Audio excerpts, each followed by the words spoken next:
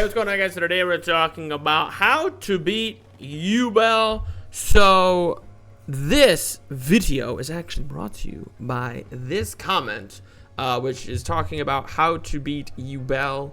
I believe Melodious was in there too. If you guys haven't checked out how to beat Melodious, make sure you guys go ahead and do that.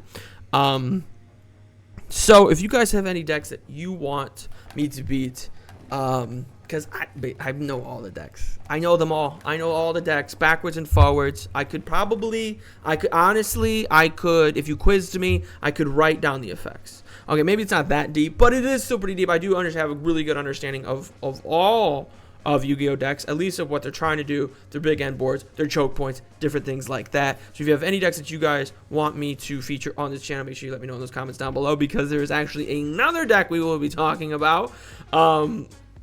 And it's the Fiendsmith cards, because it was brought to you by this comment. So the main reason why I decided to actually combine these, Fiendsmith is really more of an engine, not a deck. And probably, I mean, Fiendsmith's going to be great and everything, but probably the best deck is going to be Yubel, because it doesn't have that Fiend interaction together with each other.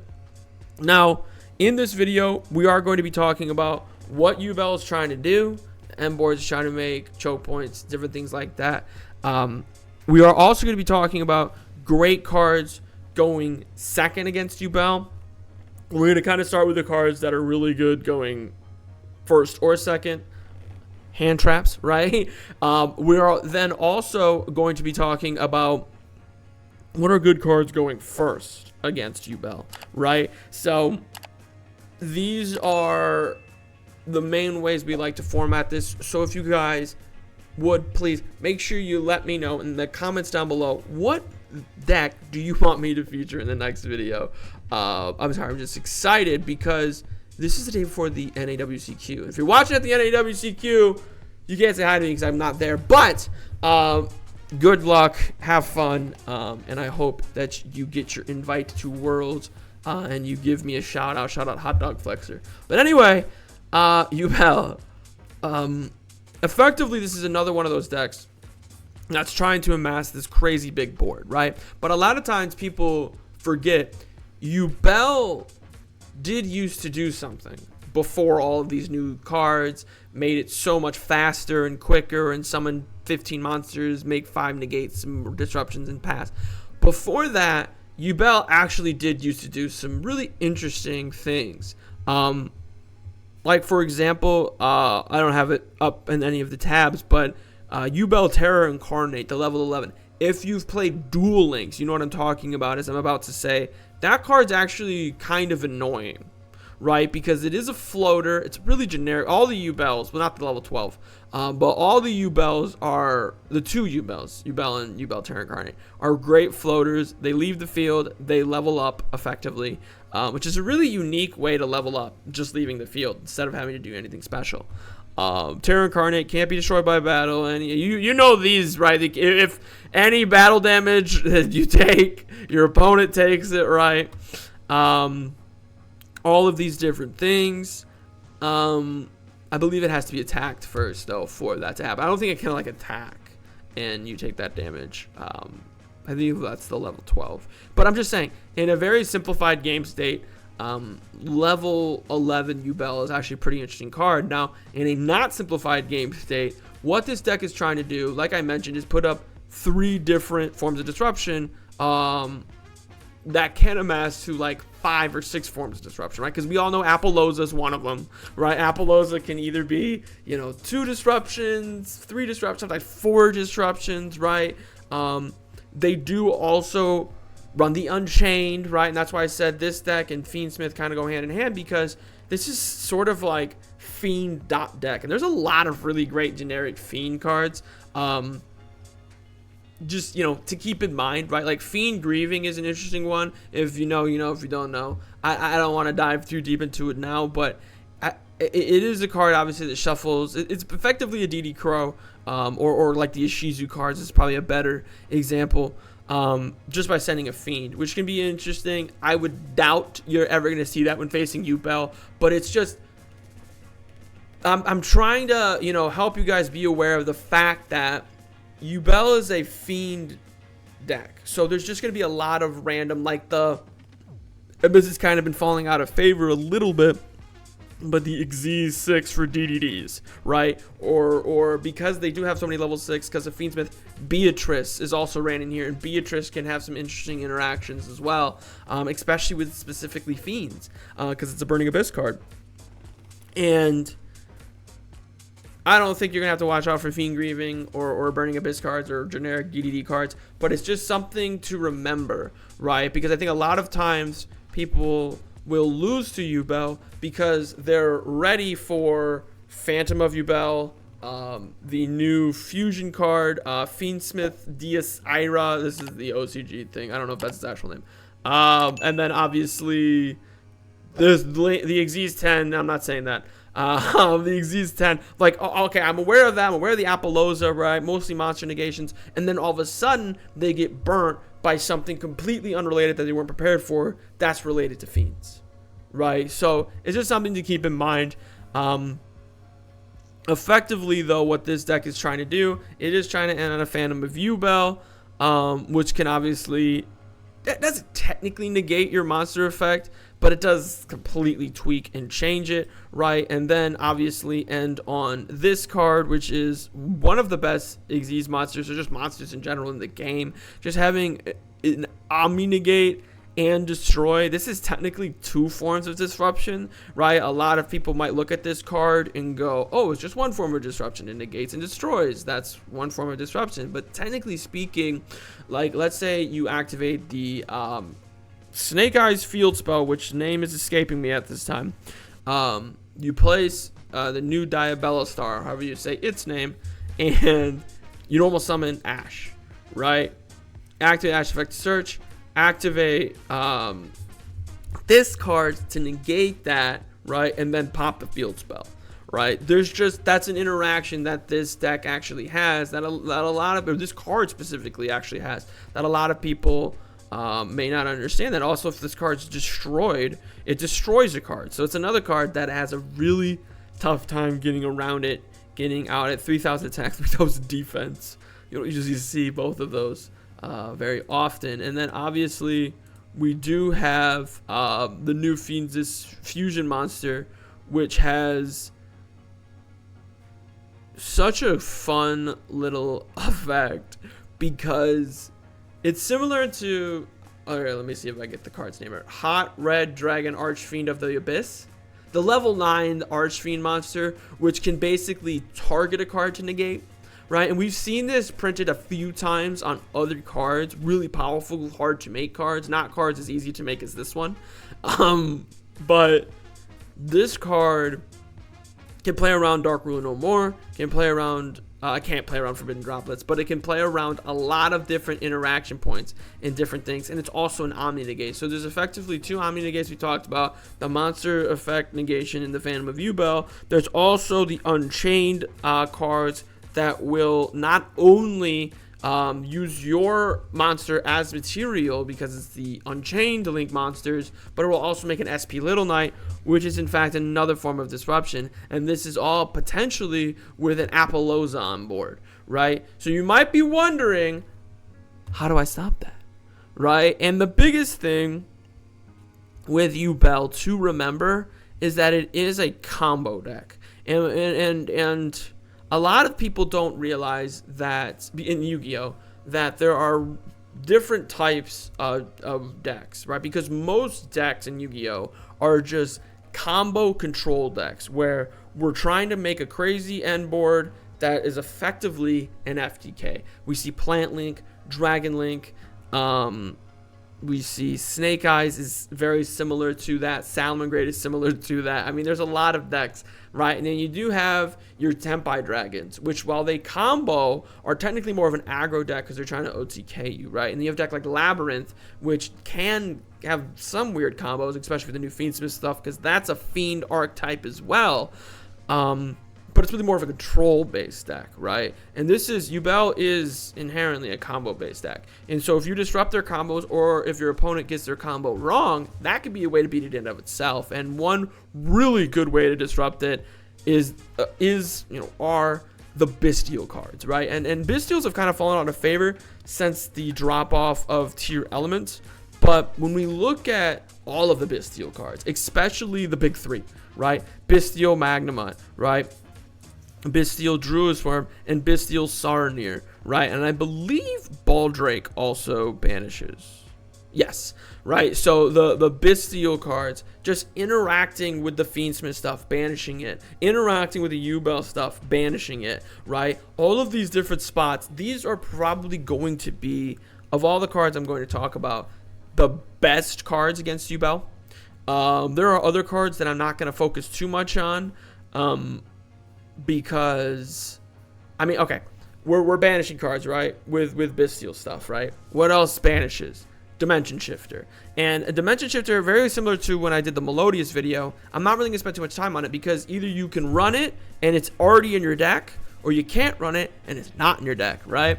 So the Bestials are obviously really good. This is kind of another thing, though. It was probably already in your side deck, right? Another card that's very interesting, cards like Ghost Spell are very good against Yubel specifically. There's not like a lot of great interaction points that it has. I don't really know if it even has one against Tempai at all. It probably does. But another one, though, obviously, is Snake Eyes. Snake Eyes doesn't have a lot. I mean, you hit the Flame Bridge. That's probably about it. I mean, Poplar moves stuff as well, but that's neither of those are really that big, right? Something that is interesting, too, with the Bestial stuff is they are level 6, so that interacts with Fiendsmith, so that's fun. But another card is a card like Skullmeister, right? What's interesting about Skullmeister, it is a level 4, 1700 attack, not horrible stats, right? But it also just negates anything that happens in the graveyard, right? DD Crow is really good here, too, but just something that maybe you've forgotten about. Card like Skullmeister exists. If you're really trying to run a lot of Yubel hate, Skullmeister can really get you there, because if you have the Bestials, the DD Crows, the Ghost Bells, the Skullmeisters, all in your hand, 2 or 3 of those in your hand, and then a couple of combo pieces, you're gonna get the win, right? Because Yubel relies so heavily on the graveyard interaction, right? They do also link summon a good amount. I gotta give credit where credit's due. This card was actually pointed out to me because I forgot this card exists. That's the thing with this. I always forget this card exists. And then all of a sudden, I'm like, oh yeah, that's right. This fixes your hand, right? If your opponent special summons a Link monster, you can special summon this card from your hand, draw cards equal to the number of Link monsters your opponent controls +1. And this is a card, like I said, I just gave credit, where credit's due, to Jesse Cotton for repointing this card out to me. But this is a card that, when it's good, it's great. And it's a relatively cheap, $2, 25 cents. I can't believe they just reprinted it again. Jeez. Card. I like the gold version. But what's great about this card is the shuffling effect, right? But a lot of people forget this card actually has another effect. It does say when your opponent activates a card or effect that targets a monster you control, you can discard one card and negate the activation and destroy it, right? So it's even a form of disruption. Is this great against all decks? It's not really good against Tempai. It's horrible against Tempai. It's not bad in Tempai though, because it's a dragon. But it shuffles your hand so you can get your board breakers. But it's also really good against, it's okay, I should say, against decks like Melodious. Certainly a deck like Snake Eyes, which likes to link summon a lot. Phantasme can actually do a lot of work. It can actually do a lot of really great things, right? So these are sort of the cards, the Bestials, the Skullmeisters, the Gold Spells, the DD Crows, the Dimension Shifters, and of course Phantasme, that are really good going first, really good going second against Yubel, and you might even just be main decking these cards, right? So now, when we talk about board breakers, Lightning Storm is good. Dark Rule a little more meh. Evenly Match I've never been the biggest fan of, but I don't mind a card like Change of Heart, right? Now, you may already be running Change of Heart in the form of Triple Tactics Talent. What is this? Has anybody seen this movie? But Change of Heart, very simply, takes an opponent's monster, and it can do whatever you need it to do. And that's what's so great about cards like Change of Heart. Snatch Steel's also in the game, right? Now, when we look at it, like a lot of decks can either negate that, play around that. But this is a good example of a card like this plus something, right?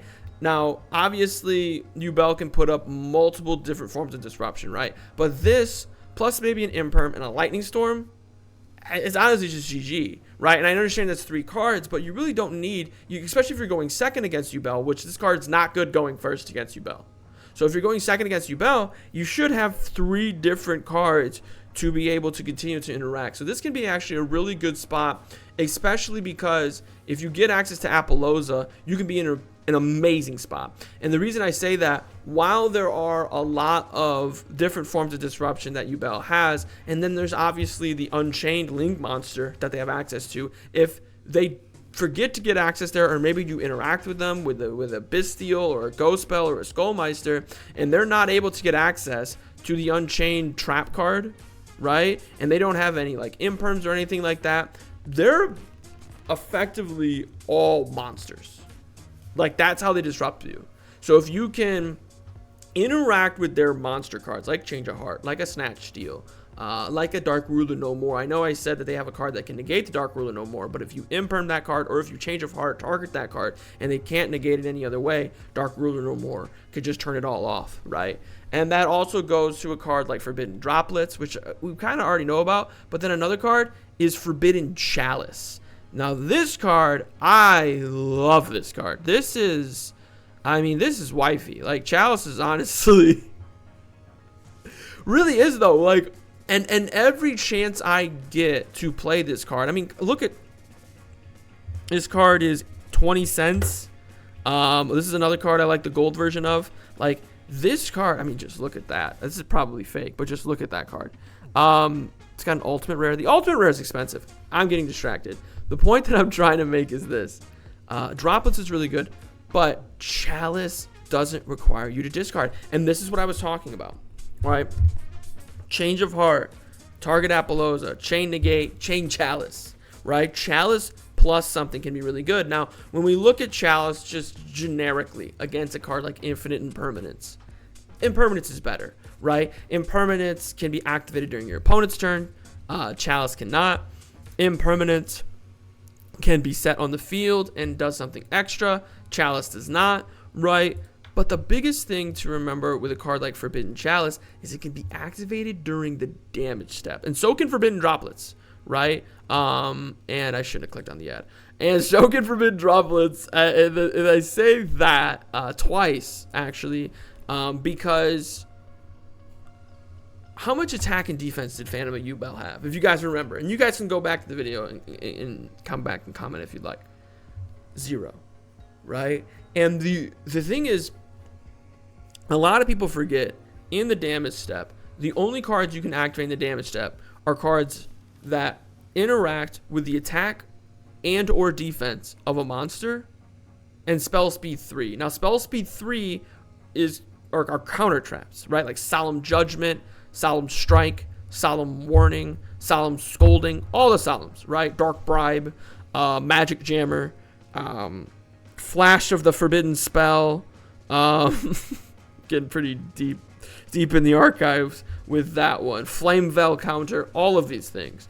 And your opponent might not be ready for it, right? Because all of their forms of disruption cannot activate during the damage step because they don't specifically, because that's the other way you can interact during the damage step, is if you specifically can negate those type of cards, right? And like Crystal Winged Shinko Dragon, I'm pretty sure can activate the big one during the damage step, because if it's a monster effect, right? I'm pretty sure. Don't quote me on that. Point that I'm trying to make is this. You can get actually a pretty cheeky win against Yubel with a Forbidden Chalice that resolves. Because while our opponent, let's say they, Dark Ruler No More, chain Solemn Judgment, right? Activate a second Dark Ruler No More, or whatever. Or activate Forbidden Droplets, or use our turn, play through as many disruptions as we can, turn them all off, and then we go ahead and we activate Forbidden Chalice in the damage step, turning off Phantom of Yubel's effect, effectively making it a generic 0/0. We can just get gamed. And that's just something to remember specifically against Yubel. Chalice has always had a great interaction because it just makes it a vanilla 0/0, which I don't even know if those exist. Like, I think even Soiju, is that card's name, has 100 attack. This could be dangerous. Soiju Yu-Gi-Oh.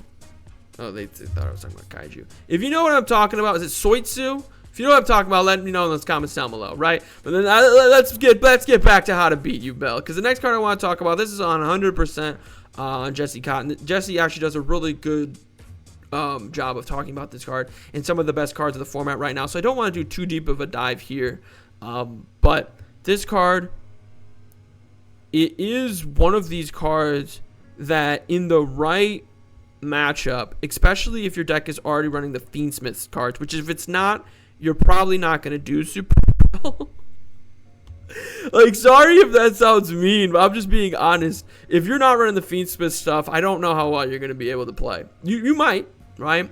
But what this card says is target a not face-up non-token monster. Your opponent controls special summon one monster from your deck or extra deck that has 2 or more of the same type, attributes, and or attack, but negate its effects. And if you do, the targeted monster negates its effects. So it's effectively another infinite impermanence. And it's a quick play, right? But on top of that, if they do have the same name, you can banish them both face down, right? And your opponent cannot activate the monster's effect in response. So this is a good way to get rid of your opponent's SP. And I understand you want to keep your SP for you. You don't want to get rid of your SP, but you got to remember, and I do this all the time in chess. This is real. If you ever play me in chess, understand my strategy. I take out my opponent's queen with my queen. I put it in a situation to where you're going to lose your queen for nothing, or we're going to trade queens. And the reason I do that is because I want to get to a spot where there's no queens. Because then I'm always playing in games without my queen. And my opponent is lost because you don't have their queen, right? And SP Little Knight for a lot of decks is their queen, right? So if you get rid of your SP Little Knight and your opponent loses theirs, now you lost yours while being aware that you lost yours, and your opponent's plays just got disrupted. So this is a really, really actually insane card right now because we are effectively in a tier 0 format, and you should, at the higher end tables, you should know what you're facing. Now, we are going to talk about some interesting cards going first. Different Dimension Ground is such a fun card. I talked about Dimension Shifter. I talked about Macrocosmos. I talked about Dimension Fissure. And you might have been like, well, Hot Dog, Flex Jerk. There's another card that banishes, and it's Different Dimension Ground. This turn, any monster sent to the graveyard is banished instead. Pretty simple effect. It's not good going second. You can search it in Labyrinth because it's a normal trap. You can search it off Trap Trick because it's a normal trap. You can search it off of Triple Tactics Thrust because it's a normal trap. So there's all those really fun, cool interactions there. And that can really just be GG. And Snake Eyes kind of also gets hurt by this card, right? Because it banishes everything, but it doesn't require you to commit to it. It only banishes monsters, so that helps. So you can run it in Runic as well. Because Runic can't play under Dimension Shifter or Macrocosmos because they want their spells to hit their graveyard so they can shuffle them back. Well, Different Dimension Ground, Dimensional Fissure, they just banish monsters, right? And it also says this turn. So you flip it up, your opponent can't. All your cards that your opponent sends to their graveyard are banished instead, and obviously so are your hand traps. Then you get back to your turn, right? So Different Dimension Ground's really great. Another card that's really great, we'll talk about that one in a second, is Silent Graveyard. Used to be Forbidden Graveyard. Shout out to the OGs. Put FG in the comment if you remember when this card was Forbidden Graveyard. I don't know if that's the play. But anyway, this card just says discard one card. Effects that activate in the graveyard this turn are negated. So it's a Skullmeister. It's a ghost. It's even more than a ghost. It's an Abyss Dweller. Right? Now, it does affect you. So do keep that in mind, right? You can't be activating your Necrogardenas, or is that what that card's even called? You can't be activating anything in your graveyard. I don't know what gets activated though during the graveyard. I mean, obviously, floating effects do get turned off, right? Like, let's say you go first, set up a board, You're in the mirror match. You got the rank 10 on board. Maybe you're playing trains. Let's say you're playing trains. You don't want to play Yubel. You're playing trains. You got that rank 10 on the board. You flip off Silent Graveyard to turn off your opponent's graveyard. They summon out, or they activate Raigeki. They blow up the card. You go to destroy a card on the field. You got to remember you are under Silent Graveyard, right? So you can't do that, right? But another card I want to talk about is Shadow Imprisoning Mirror, because it does something very similar. And a lot of people forgot that this card exists. Because a card I haven't talked about yet, because it's annoying and I hate it, is Skill Drain, right? One of the most appropriately named cards in the history of the game. The Shadow Imprisoning Mirror. Now, it doesn't directly hit the Fiendsmith stuff, right? Now, cards like Different Dimension Ground, cards like Forbidden Chalice, hitting the fusion monster, right? Cards like Metatronus, like I mentioned previously, if you're already running the Fiendsmith stuff, those work super well. And if you want to be super degenerate and your deck can run it, because this negates all dark monster effects. So if you're running a dark deck, you can't play this card, right? But you can also run Light Imprisoning Mirror, right? And I don't know if we're going to be able, there it is. You can also run Light Imprisoning Mirror, which is effectively the same card, but for light monsters. So if you have both these up, and you don't care, right, about having dark or light, like you're playing Floowandereeze, you're playing Tempai Dragon, you are playing Cloudians, I don't know, you just shut off your opponent's deck against Phantom of Yubel. It is only good going first because it is a continuous trap, but it's a continuous trap, unlike Rivalry, unlike Gozen, unlike Anti-Spell, that it's at 3. So you're almost guaranteed to see it, especially if you're running a card like Phantasme. That can help shuffle back your hand. But let me know what you guys think in those comments down below. What cards and strategies are good against Yubel? Let me know down there. What decks do you want me to feature on How to Beat? Make sure you guys let me know in those comments down below. Make sure you guys click that like button to show your support for the channel. Subscribe for more content. But most importantly of all, have a good day.